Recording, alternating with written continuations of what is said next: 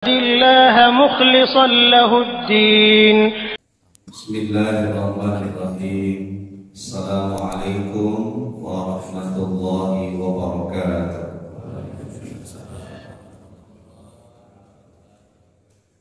الحمد لله الذي قد أخرج نتائج البكر لأرباب الهجان.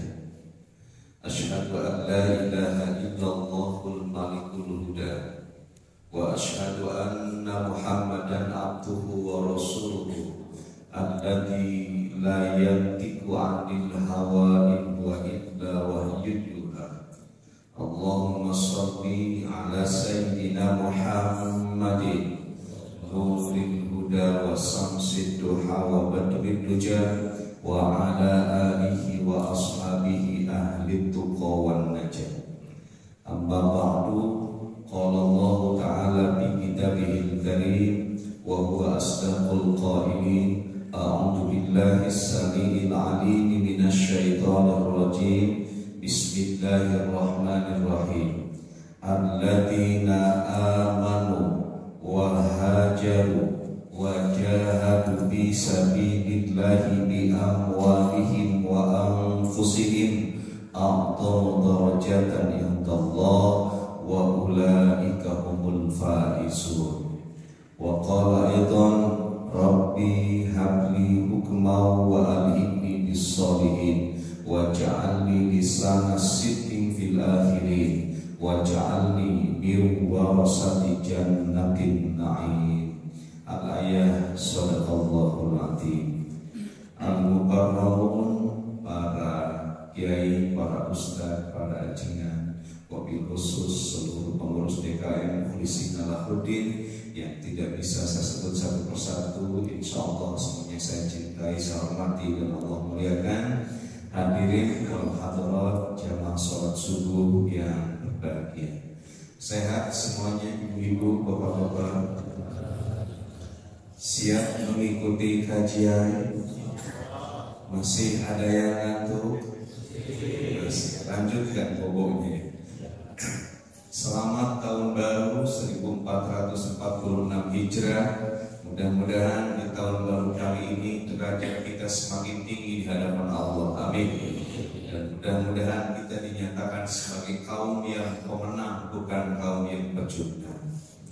Bapak dan Ibu sekalian, pada Quran surah At-Taubah Allah memberikan resolusi, karena sesungguhnya pada setiap momentum pergantian tahun Allah menyuruh kepada kita untuk melakukan refleksi, yakni sebuah inner journey, perjalanan ke dalam diri kita untuk melakukan introspeksi diri. Selanjutnya kita membangun resolusi untuk hidup yang lebih baik lagi. Karena itu dalam Quran surah Taubah ayat ke-20 Allah berfirman: Alladzina amanu, orang-orang yang beriman, seperti ibu dan bapak pagi hari ini, wahajar, dan orang-orang yang hijrah, kata Allah, wajahadu fi sabilillah, dan orang yang senantiasa jihad di jalan Allah, bi amwalihim, baik jihad dengan hartanya, wa anfusihim, maupun jihad dan berjuang dengan nyawanya, kata Allah, a'dhamu darajatan indallah, adalah lebih tinggi derajatnya di sisi Allah, wa ulaika humul faizun, dan mereka itulah orang-orang yang dinyatakan sebagai pemenang.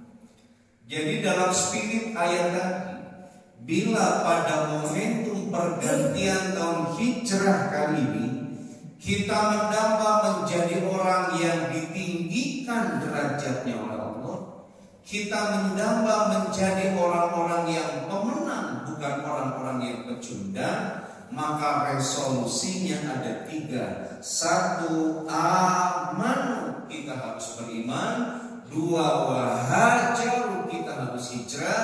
Dan yang ketiga, wajahadu fisabilillah, kita harus memiliki kekuatan untuk berjihad di jalan Allah.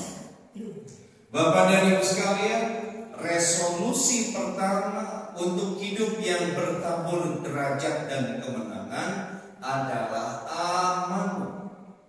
Bila kita intidabil Quran, di Quran surah Al-Anfal ayat 2 sampai 4, indikasi orang yang beriman itu pertama adalah mereka yang senantiasa menghadirkan Allah dalam segenap potensi ruhani dan jasadinya, sehingga ketika disebut nama Allah, wajilat qulubuhum, hati mereka bergetar dan hati mereka meleleh hingga terus bertambah keimanannya. Bapak dan Ibu, kalau disebut nama Allah bergetar hatinya atau tidak? Kalau saya bertanya bukan nyuruh merenung gitu. Insya Allah ya, hati kita itu bergetar pertama ketika jatuh cinta, yang kedua ketika jatuh tembok ya. Hati kita itu bergetar. Yang kedua, indikasi orang yang beriman kata Allah adalah mereka yang senantiasa berinteraksi sedekat mungkin dengan Al-Quran, hingga ketika dibacakan Al-Quran zadathum imana, terus bertambah keimanannya hingga imannya terus bergerak memadat menuju pembaharuan. Kemudian orang yang beriman yang ketiga kata Allah adalah mereka yang maksimal dalam bekerja, maksimal dalam usaha, maksimal dalam berkarya, maksimal dalam ikhtiar, lalu untuk hasilnya wa ala rabbihim yatawakkalun, ia tawakal serahkan kepada Allah. Bapak dan Ibu, tugas hidup kita di dunia ini maksimal ikhtiar dalam banyak aspek apapun dalam kehidupannya. Persoalan hasilnya kita serahkan kepada Allah, sebab kita yakin proses itu tidak akan pernah mengkhianati hasil. Kemudian yang keempat, orang beriman yang akan ditinggikan derajat dan ia diyakinkan sebagai pemenang dan pecundang oleh Allah adalah mereka yang senantiasa menjaga dialog imajinernya, komunikasi transendentalnya, curhat ruhaninya dengan Allah melalui yuqimunas shalah, menjaga sholatnya, baik menjaga kuantitasnya, menjaga sholat pada kutub kualitasnya, dan menjaga sholat pada wilayah kontinuitasnya. Mereka yang kuantitas sholatnya dijaga, kualitas sholatnya dijaga, kontinuitas sholatnya dijaga, diyakinkan sebagai orang yang punya keimanan yang utuh. Kemudian indikasi orang beriman berikutnya adalah wa mimma razaqnahum yunfikun. Ia peka atas penderitaan orang lain, ia simpati atas nasib orang lain, ia empati atas masalah orang lain, hingga dia tidak menunggu kaya. Ketika dia memiliki rizkinya itu ia infakkan untuk menolong nasib orang-orang yang kurang beruntung. Bapak dan Ibu sekalian, bagi mereka yang memiliki 5 kualifikasi tadi, Allah meyakinkan kita akan dihantarkan pada hidup yang penuh dengan derajat yang mulia. Kemudian yang kedua, resolusi kita di tahun baru ini, wahajaru, kita semua harus punya kekuatan untuk hijrah. Lalu pertanyaannya, apakah yang disebut dengan hijrah? Dalam sebuah hadis yang pendek, saya punya catatan, Rasulullah bersabda, wal muhajir, orang yang hijrah itu man hajar mana Allahu anhu, yakni mereka yang meninggalkan segala apa yang dilarang oleh Allah. Jadi hijrah itu kita tinggalkan sesuatu yang dilarang oleh Allah. Karena di Az-Zariyat 50 Allah menegaskan fafirru ilallah, maka segeralah kita kembali mentaati Allah. Maka Bapak dan Ibu sekalian, topik kajian subuh saya pagi hari ini dalam rangka resolusi hijrah itu adalah, mohon maaf kalau topik tausiahnya agak menyulut, jangan kau taburi lautan, jangan kau garami lautan. Mohon maaf. Sekali lagi saya ulang, topik tausiah saya pagi hari ini, jangan kau garami lautan. lautan. Bapak dan Ibu tahu garam tidak semuanya? Saya kira tahu ya. Garam dalam takaran yang pas, dalam dosis yang tepat, itu memiliki manfaat yang luar biasa. Kita semua sepakat ya. Bahkan untuk ahlul haq, bapak-bapak, ibu-ibu tahu ahlul haq? Ahlul haq itu ahli barang hak kan? Jadi kalau sayur kurang garam, itu rasanya seperti apa Bapak Ibu? Seperti senyum istri di tanggal tua. Hambar ya ini. Jadi kalau makanan kurang garam itu rasanya hambar. Karena itu Bapak dan Ibu, dalam kearifan masyarakat Sunda kita mengenal ada istilah apa? Siteuyahan. Punten, kalau konotasi siteuyahan itu disebabkan kepada siapa? Asap. Bisa jadi orang yang kurang akhlak, orang yang kurang budi pekerti dan lain sebagainya. Meski kalau di Indonesia masuk aneh, gudang garam, kayak ini namanya gudang garam, isinya apa? Rokok kan di kita itu. Kopi kapal api, dibuka kopinya, kapalnya ada tidak? Tidak.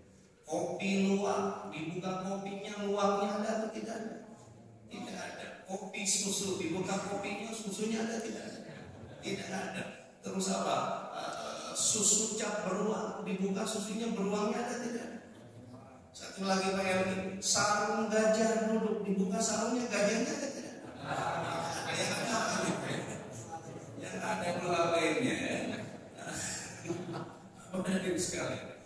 Oke. Kembali kepada sekalian, garam itu sesuatu yang memiliki manfaat yang luar biasa. Tetapi kalau garam itu kita taburkan ke lautan, itu ada manfaatnya atau tidak? Tidak ada manfaatnya. Jadi jangan kau garami lautan, itu artinya janganlah kita berbuat sesuatu yang sia-sia. Sebab ternyata banyak sekali hal yang sia-sia yang kita lakukan.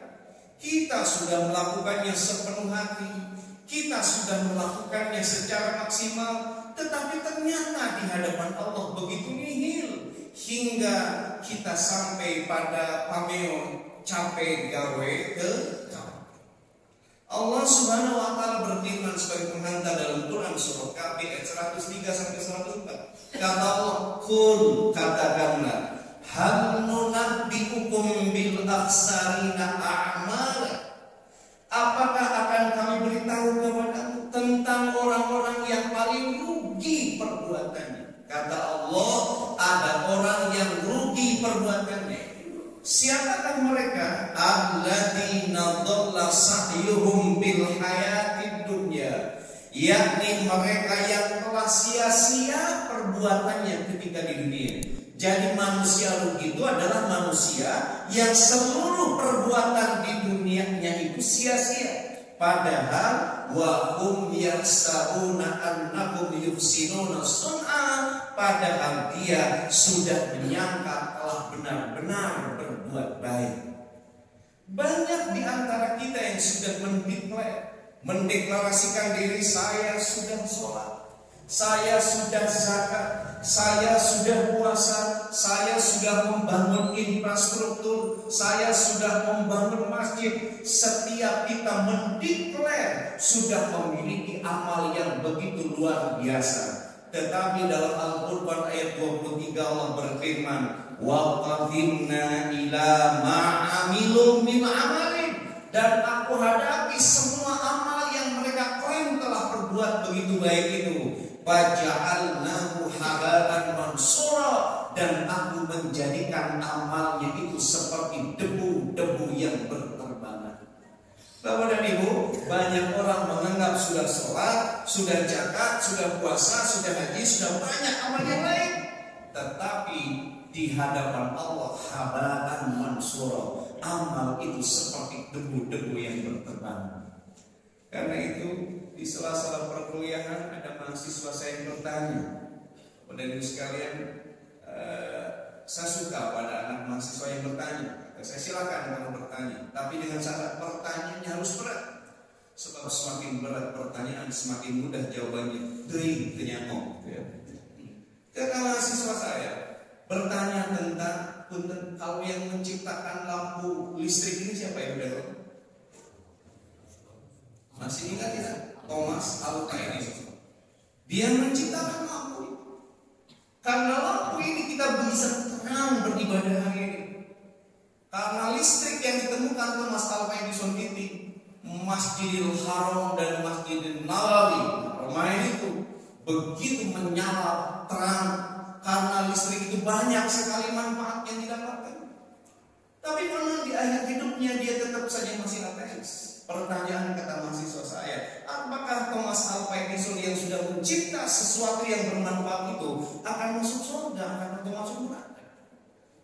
Bapak dan Ibu sekalian, narasi yang saya gunakan untuk menjawab Quran surah Al-Imran ayat 22. Kata Allah begini, ulaika habitat a'maluhum fid dunya wal akhirah wa ma lahum min nasirin. Mohon maaf, sehebat apapun karya yang mereka buat, semanfaat apapun karya yang mereka cipta, tetapi ketika mereka tidak mau mengakui adanya Allah, tidak mau bertuhan kepada Allah, kata Allah, habitat a'malum, sia-sia dari seluruh karyanya itu, wa ma lahum min nasirin, dan di akhirat nanti tidak ada satupun yang bisa menolong orang itu.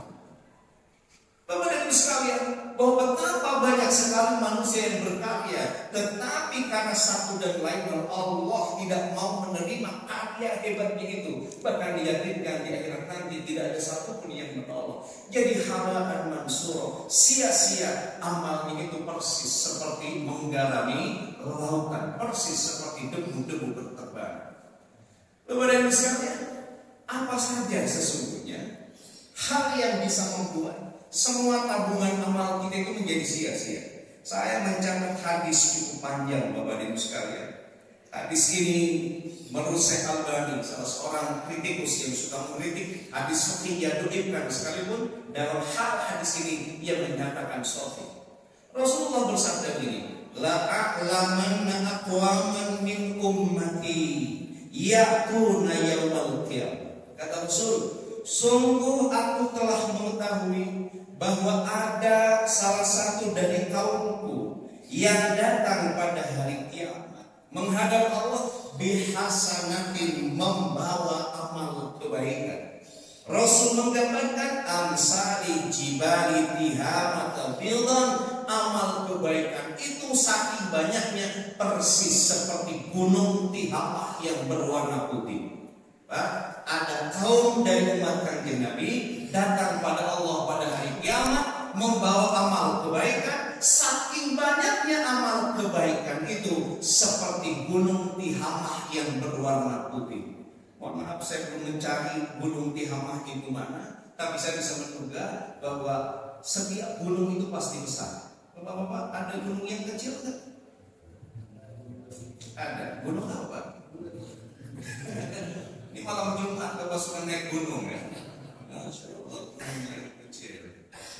Kalau malam Jumat itu benar ibu-ibu tuh takut sama burung hantu, takut sama burungnya atau takut sama hantunya? Saya kira gunung itu tidak ada yang kecil, semua gunung itu besar. Pak, biar nggak ngantuk, saya mau tanya, Pak, gunung apa yang suka loncat-loncat? Ibu-ibu, gunung yang suka loncat-loncat gunung apa? Gunung Kerinci, ibu ya, suka loncat-loncat. Kalau gunung yang suka berantem, gunung apa? Gunung Kelut, punya putih-putih. Bapak sekalian, oke. Jadi ada kaum umatku, kata Rasulullah, satu kaum dari umatku datang menghadap pada Allah, membawa amal kebaikannya saking besarnya sebesar gunung Tihamah berwarna putih, kata Rasulullah. Tapi perhatikan, fayaj'aluha Allahu azza wa jalla haba'an mansura. Tapi amal kebaikannya yang seperti gunung Tihamah berwarna putih itu persis seperti debu-debu yang berterbangan, nihil, sia-sia di hadapan Allah. Qala Sauban, lalu seorang sahabat bernama Sauban bertanya pada Rasulullah, ya Rasulullah, wahai Rasulullah, sifhum lana, sebutkan ciri-ciri mereka kepada kami. Jadlihim lana, jelaskan siapa mereka itu kepada kami. Jangan sampai kata Sauban itu, alla nakuna minhum wa nahnu la na'lam. Jangan sampai kami seperti orang itu karena kami tidak tahu. Rasulullah SAW menjawab, ama innakum ikhwanukum. Sauban, mereka itu adalah saudara kamu. Wa min jildatikum, mereka itu dari kelompok kamu. Mereka itu dari komunitas kamu, mereka itu dari circle kamu. Wa yakhuduna minal lail kama ta'khudun. Dan kalau orang lain sholat malam, dia pun sholat malam. Kalau orang ngaji, dia pun ngaji. Kalau orang puasa, dia pun puasa. Kalau orang zakat, dia pun zakat. Tetapi walakinnahum aqwamun idza khalau. Tetapi ketika dia berada sendirian, tidak diadati keramaian seperti sekarang, bimaharimillahi intakahu iltahakuha. Jadi begini, seorang yang amalnya begitu banyak tapi sia-sia di hadapan Allah adalah mereka yang ketika rame-rame seperti kita hari ini, Pak, dia sholat, dia zakat, dia puasa, dia haji, tetapi ketika dia sendirian tidak ada orang yang melihat, dia melakukan sesuatu yang diharamkan oleh Allah. Punten, kalau lagi rame-rame Bapak ngaji, lagi rame-rame Bapak sholat, lagi rame-rame Bapak kajian, tetapi ketika sendirian Bapak enjoy main judi slot. Pada saat rame-rame kita puasa, tapi ketika sendirian Bapak enjoy scroll TikTok dan gambar porno di handphone Bapak, maka sebanyak apapun amal kita, habanan mansura, itu sia-sia persis seperti debu-debu yang berterbangan, persis seperti kita menggarami lautan yang begitu luas itu. Bapak sekalian begini, pada saat kita sendiri, Pak, kita itu berdasarkan Al-Baqarah 255 itu diperhatikan oleh Allah. Kita sedang ramai diperhatikan oleh Allah, sedang sendiri diperhatikan oleh Allah. Kata Allah di Al-Baqarah 255, la ta'khudhuhu sinatu wala naum. Allah itu tidak ngantuk dan tidak tidur. Beda dengan kita sedikit-sedikit ngantuk, sedikit-sedikit tidur. Dua, Allah itu menyertai kita. Wa huwa ma'akum aina kuntum. Di mana saja kita berada, lagi rame-rame maupun lagi sendiri, Allah menyertai kita. Ketika kita itu diawasi oleh Allah di Al-Qaf ayat 18, wa ma yalfidu min qawli illa ladaihi raqibun atid. Setiap kita itu dipantau oleh dua kamera basariahnya Allah, oleh CCTV-nya Allah, Raqib dan Atid. Lagi ramai kita dipantau, lagi sendiri juga kita dipantau. Tidak hanya itu, apapun yang kita lakukan disaksikan oleh Allah. Wala ta'maluna min 'amalin illa kunna 'alaikum syuhuda. Kita disaksikan oleh Allah. Kemudian tidak hanya itu, apapun yang kita lakukan diketahui Allah. Sampai yang tersembunyi di dalam hati kita sekalipun Allah tahu. Wallahu ya'lamu wa antum la ta'lamun. Sekarang pertanyaan begini, Pak. Bapak lagi ramai disaksikan oleh Allah, lagi sendiri juga Bapak disaksikan oleh Allah, diperhatikan oleh Allah, disertai oleh Allah, diawasi oleh Allah. Kemudian Bapak melakukan dosa padahal dalam pantauan dan persaksian Allah. Kira-kira kalau dalam bahasa Sunda itu disebutnya apa? Nyolok mata buncelik.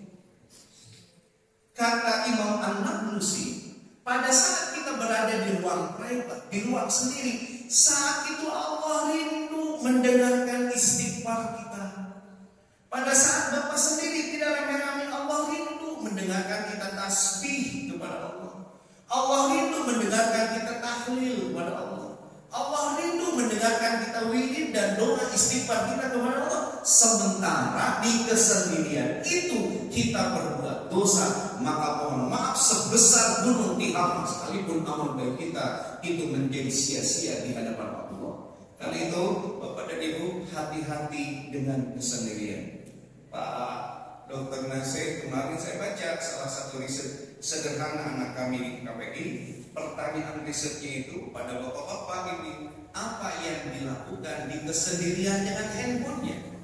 Dari beberapa responden yang diteliti, hampir 80% responden yang diriset yang dilakukan dengan handphone di kesendirian itu mayoritas melihat gambar atau video porno.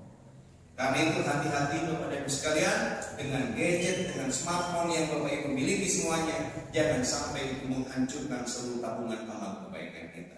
Itu yang pertama. Yang kedua, Bapak Ibu sekalian, apalagi hal yang bisa membuat seluruh tabungan amal kebaikan kita menjadi sia-sia. Kedua, kata para pencinta tafsir, ketika Bapak dan Ibu menyebut kebaikan yang sudah kita lakukan. Siapapun yang seringkali mendeklarasikan kebaikan yang sudah dilakukan, itu khawatir akan hilang kebaikan itu.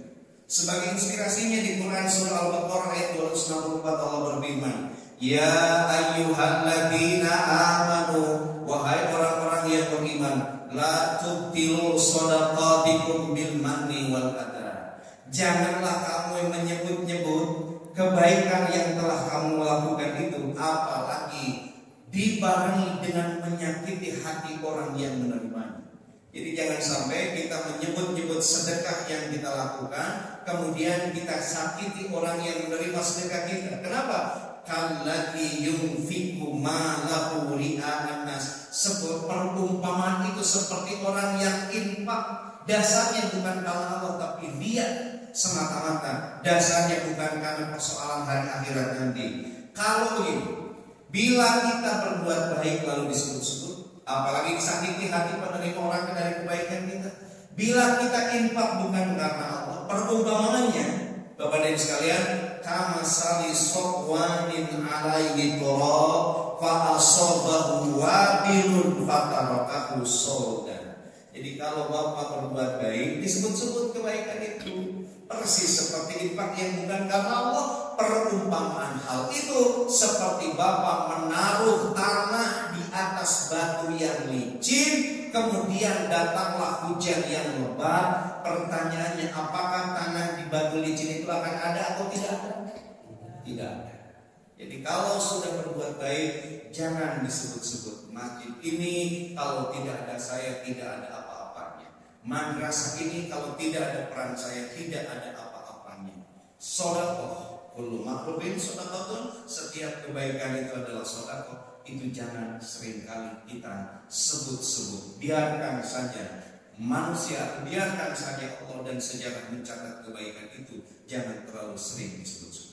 Yang kedua, kita menjawab sekalian. Kemudian yang ketiga, perumpamaan lain yang diibaratkan seperti menaburi garam dengan lautan. Yang ketiga, ketika saya membaca salah satu hadis, adalah ketika kita terjebak untuk nyinyir pada saudara kita yang berdosa. Ceritanya begini, pada saat di zaman Rasulullah, banyak sekali orang-orang yang soleh seperti ibu dan bapak sekalian.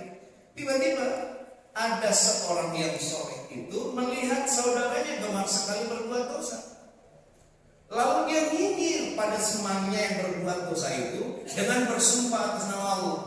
Redaksinya hadisnya begini, anna rajulan qala, ada seorang laki-laki yang merasa soleh itu berkata, wallahi, demi Allah, la yaghfirullahu li fulan, Allah tidak akan mengampuni dosa orang itu, sembari dia menunjuk salah seorang temannya yang sering berbuat dosa. Ada mereka yang merasa soleh, lalu menunjuk temannya yang merasa berbuat dosa itu dengan bersumpah atas nama Allah, Allah tidak akan mengampuni dosa orang itu. Kata Rasulullah, Allah Ta'ala qala, padahal Allah Ta'ala berfirman, man dalladhi yata'alla alayya alla aghfira li fulan. Kata Rasulullah, siapa saja yang bersumpah dengan kesombongannya atas nama Allah bahwa Allah tidak akan mengampuni dosa orang itu, fa inni, kata Rasulullah, Allah itu berkata, qad ghafartu li fulan, Allah akan mengampuni orang yang berdosa itu. Bapak dan Ibu, jangan sekali-kali kita nyinyir pada saudara kita yang dianggap berbuat dosa, kemudian kita bersumpah Allah tidak akan mengampuni dosa orang itu. Jangan demikian, kata Rasulullah. Fa ini qadzafattu li fulan, karena Allah akan mengampuni dosa orang itu. Yang lebih celaka, wa akhbata amalaka, dan Allah akan memutus seluruh amal jangan merasa diri paling soleh dan jangan merasa diri paling bertakwa. Saya punya catatan kecil, kalimatnya saya buat begini, mohon koreksi kalau salah. Segemuk-gemuknya manusia pasti ada tulangnya. Bapak-bapak ada yang gemuk sekarang? Saya sekarang sedang berat badan tinggi, banyak asam urat. Segemuk-gemuknya manusia pasti ada tulang. Dan sekurus-kurusnya manusia pasti ada daging. Ada yang paling kurus kan? Ada ya, pasti ada dagingnya. Bapak sekalian, begini berikutnya, sebaik-baiknya manusia pasti ada buruknya. Nah, mencari hal baik pada buruknya orang lain, mencari hal baik pada buruknya orang lain itu adalah akhlak mulia. Dan mencari hal buruk pada baiknya diri sendiri itu akhlak yang paling mulia. Jadi yang paling mulia itu adalah mencari hal buruk dari baiknya diri kita. Sementara mencari hal buruk pada baiknya orang lain dan mencari hal baik pada buruknya diri sendiri itu adalah hal yang sia-sia. Carilah kebaikan dari buruknya orang lain dan carilah keburukan dari baiknya diri kita bila kita tidak mau sia-sia. Kenapa? Di An-Najm ayat 32 Allah berfirman, "Fala tuzakku anfusakum." Janganlah kalian merasa paling suci, paling soleh, paling bertakwa. Kenapa? Huwa a'lamu biman ittaqa. Karena Allah yang paling tahu siapa yang paling bertakwa di antara kita.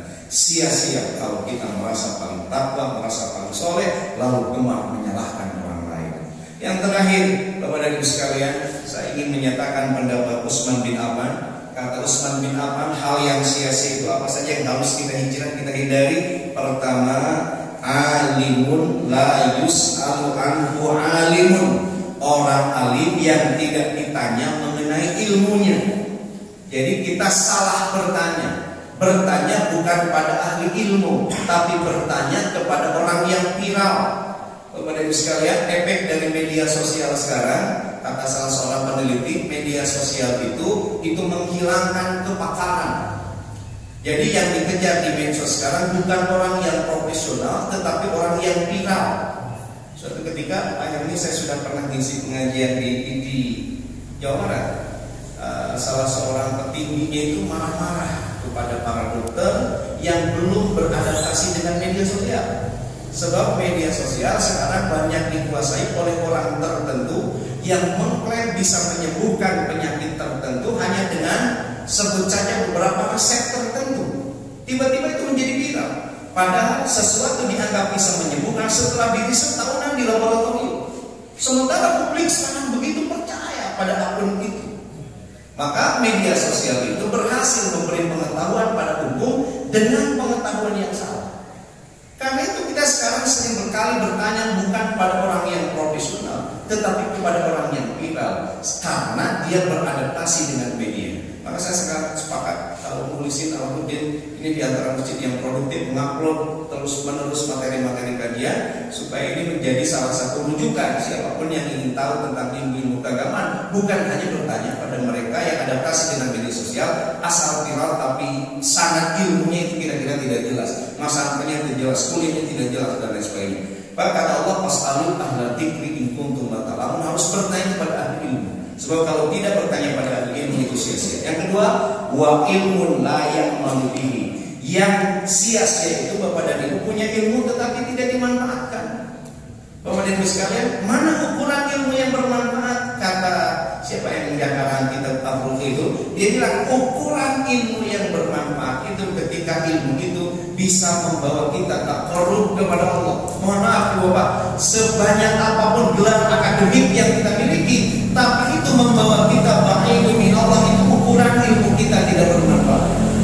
Kirana takdir Allah seringkali mengantarkan saya menemani para guru besar dari kampus di Bandung, sebut saja ITB, Haji dan Umroh. Ada yang guru besar geografi, ada guru besar geodesi, ada guru besar di geometri dan lain sebagainya. Saya bertanya kepada mereka, Prof, kalau ujung dari geodesi itu apa? Dia menjawab, Ustaz, ujung dari geodesi itu takarrub kepada Allah. Prof, ujung dari ilmu geometri itu apa? Ujung dari geometri itu kita takarrub kepada Allah. Ternyata seluruh ilmu ilmu ujungnya membawa kita takarub kepada Allah, maka mohon maaf, setinggi apapun jabatan akademik dan gelar akademik kita, kalau ilmu itu tidak membawa kita takarub kepada Allah, itu sia-sia ilmu kita, tidak ada manfaatnya. Sebaliknya, sekecil apapun bahkan tidak punya gelar akademik sekalipun, tapi ilmu yang kita miliki bisa membawa kita takarub kepada Allah, itulah tanda ilmu kita bermanfaat. Berikutnya, warakyun shawabun la yuqbalu, pendapat benar tetapi ditolak.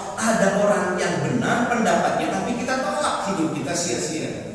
Karena kita itu seringkali dipilih neang nolowi kocekrak menang nupeca. Kita itu kadang sok kabogodo tenyok kasamaran tingali, ari orai-orai yang dibeli, ari orai beneran di paehan, ari nu bener sok disalahkeun, nu salah sok di benerkeun. Itu kita hari ini seperti itu. Kemudian yang keempat, kata Utsman, wasilahun la yusta'malu. Hal yang sia-sia itu bapak punya senjata tetapi tidak digunakan. Bapak-bapak punya senjata? Apa senjata itu? Nenek moyangku seorang pelaut punya senjata di bawah perut, kadang memanjang, kadang mengerut ya. Kalau itu tidak digunakan itu sia-sia. Masih sudah digunakan Bapak ya. Tapi saya menduga jangan-jangan senjata bapak-bapak sekarang sudah seperti hukum di Indonesia.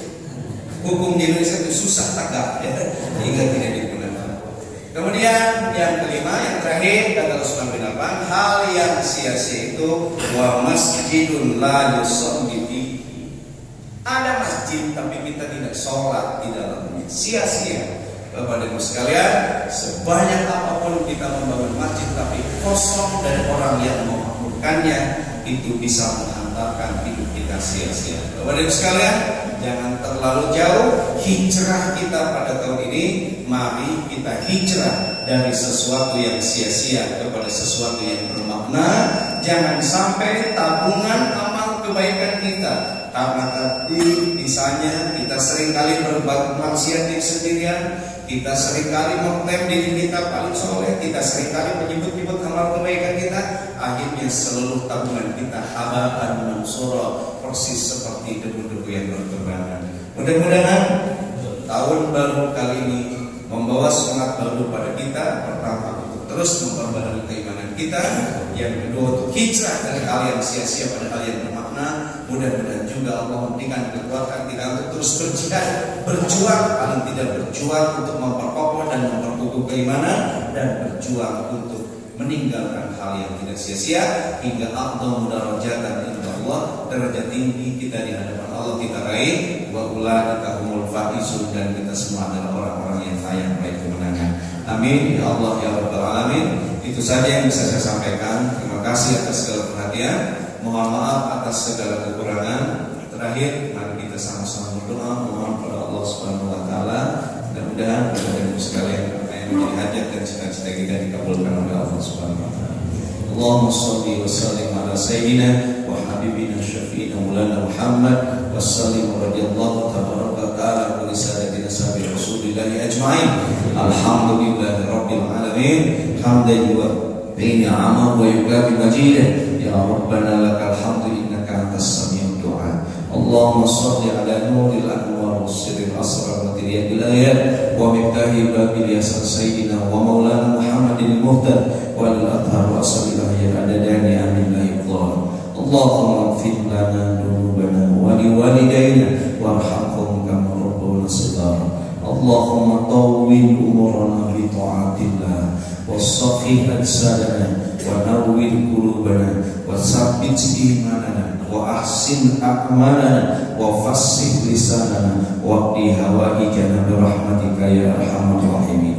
Allahumma afina fi badanina, Allahumma afina fi sam'ina, Allahumma afina fi basarina, Allahumma tub alaina qabla al-maut warhamna inda al-maut wa la tu'adzibna ba'da al-maut ya khaliqal maut wa ya sami'a as-sawt ighfirna min al-afati wal ahadi wal uqubat bi rahmatika ya arhamar rahimin. Allahumma khtim lana bi husnil khatimah wa la tahtim alaina bisu'il khatimah. Rabbana atmim lana nurana waghfir lana innaka ala kulli syai'in qadir.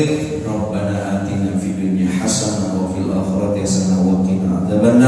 wa sallallahu ala sayyidina Muhammadin wa ala alihi washabbihi ajmain. Subhana rabbika rabbil izzati amma yasifun, wassalamun alal mursalin, walhamdulillahi rabbil alamin. Nas'aluka al-ijabah. Al-Fatihah. A'udzu billahi minasyaitonir rajim. Bismillahirrahmanirrahim. Alhamdulillahi rabbil alamin, arrahmanir rahim, maliki yaumiddin. Iyyaka na'budu wa iyyaka nasta'in. Ihdinas siratal mustaqim, siratal ladzina an'amta 'alaihim ghairil maghdubi 'alaihim waladdallin. Terima kasih atas perhatian. Mohon maaf atas kekurangan. Wallahu waliyul taufiq wal hidayah. Assalamualaikum warahmatullahi wabarakatuh.